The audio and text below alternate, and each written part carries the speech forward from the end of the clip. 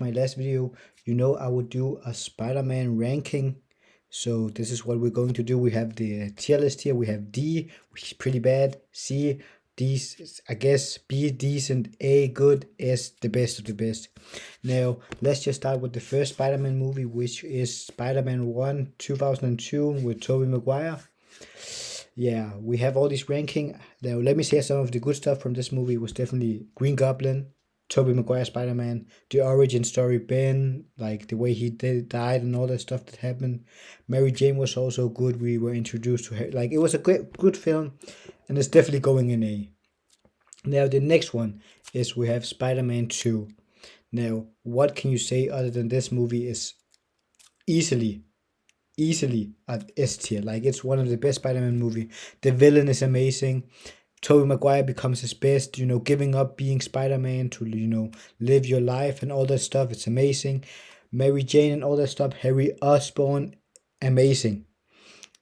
Amazing movie. And then we get to Spider-Man 3. I'm gonna be honest, it's alright. I don't hate it. I don't think it's a D tier. I don't even think it's a C tier. I would put it at B tier. I think it's a good movie that has too much in it. You know what I mean? Like, it's fun. You can rewatch it a lot of time. Like, I think that's the movie Spider-Man movie I watched the most time. It's fun, and they try to do a lot of stuff, and a lot of it works. Like, Sandman works in my opinion. Venom to some degree works in my opinion. I think the Harry Osborn things becomes a bit too much, and the last battle is maybe not as good as you could hope for, but I like it. Now, let's go for the Amazing Spider-Man. First, we have the first one. I'm gonna be honest, I'm gonna put it at A tier. I think it's a pretty good movie. I like it, I enjoy it, I love the lizard. My favorite battle scene is in this movie with the school battle. I love it. I think it's amazing. I can't watch to I love to rewatch it. I think in the final it kind of falls flat, but like the first, the second act, and all the way to like the middle of the third act, I love this movie. I think it's amazing, and it's also, I think, the first Spider-Man movie I actually watched. So yeah, it gotta be there. Now, the Amazing Spider-Man 2 is a C tier. I'm sorry, it's not the worst Spider-Man movie, but we haven't gotten to that yet. But it's, how can you say, it makes a lot of things too much. Like the same with Spider-Man 3, it has too much, but not in a good way, because it's too much basically gets fit in the last hour 24, like the last 45 minutes of this movie. I think Electro, if you just have kept Electro only, this movie could have been amazing, maybe even an S tier. But the Harry Osborn part, except the Gwen Stacy death, was a waste of time, annoying. Did not like the character. He didn't give me the Harry Osborn vibe as much as I wanted. Now, Andrew Garfield, amazing in this movie. One of the few positives, like I would say, actually the good positive. Like, if it was only his acting, it would be S tier, but sadly it's not. Now, let's get into Spider-Man Homecoming. This is my favorite movie. It's getting an S tier. I'm sorry, it's the best Spider-Man movie in my opinion. It's it was the first Spider-Man movie I watched in theaters actually also. I love Tom Holland. I love this movie. Now, if you only think this movie, I would say it's the best. But then the problem is, instead of only doing this movie as him becoming Spider-Man, the caves, him basically accepting to be Spider-Man, this guy, we have a trilogy of movie where it's all about him accepting the responsibility of Spider-Man. So yeah, but this alone, also Vulture, amazing villain. Like the scene in the car, peak movie, peak. Now we're gonna take Spider-Man Far From Home. What can you say other than it's a D tier? It's not good. The only thing I like in this movie is Mysterio scene where he's playing with Spider-Man, like Toby, Tom. I mean, that's the only scene I think is great. Rest of this movie is pretty boring, pretty basic. The elementals were annoying. Mysterio should never have been a Tony Stark villain. It should always have been a Spider-Man villain, and the way he has his power should also be different. But yeah, you know what? It's probably the worst movie he has. Worst of all the Spider-Man movie. Now, let's get into No Way Home. It's a A tier.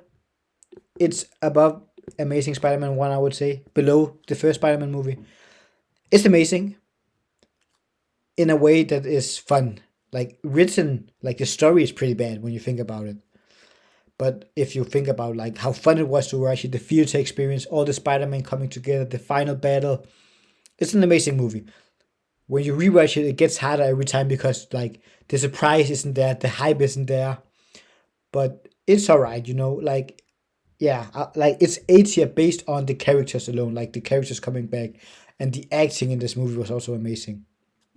Now, before I do Brand New Day, I'm gonna do Into the Spider Verse, and I'm gonna put it A tier. It's above the first Spider-Man movie. It's amazing. I love it. I think it's great. I think Miles Morales is amazing Spider-Man character. I can't really say much, and other than that, like it's amazing. It's a good film. It doesn't reach Homecoming or Spider-Man 2 for me. There you need to have a better, like I feel like Kingpin is a good villain, but like the people above him are even better. Like I like Vulture more, and I like Doug Ock more. Like in Vulture and Kingpin both there, like parents doing their job, but while one is still trying to keep his family while doing his job, the other's yeah.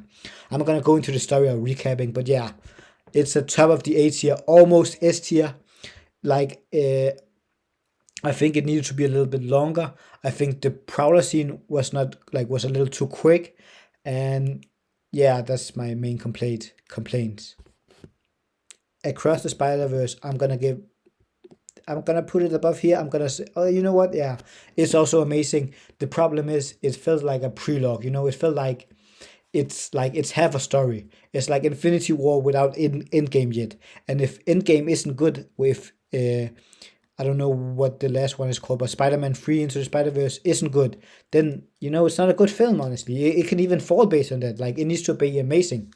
And what these two films also have is amazing animation. I didn't mention before, amazing, and it even like the first one really changed, revolutionized the animation world in so many films we see now. Now the final film is Brand New Day. Spoiler alert! Spoiler alert! It's amazing. It's good. I'm gonna put it right here. Like it's better than No Way Home. It's better than I'm it's hard. You know what? I'm gonna put this down. B tier, I think. Yeah, and then this. It has a few problems. We need to have a main villain. Like it's basically an X-Men introduction. I don't like that. The first 20 minutes, amazing. The final battle, kind of boring, not interesting. I think it's an alright film. It's definitely to belong in the A tier because the characters are amazing. Like Spider-Man, his character is amazing. I just felt like we needed to have like a tombstone villain in the end, like somebody who's actually controlling stuff instead of it just being like, ooh, MJ, like, Jane, you're okay, good. But yeah, this is my ranking of Spider-Man. If you disagree, type it in the comment and say what's your favorite Spider-Man movie. This is my list. Remember to subscribe, remember to comment, and I'll see you in my next video. Have a good time until then.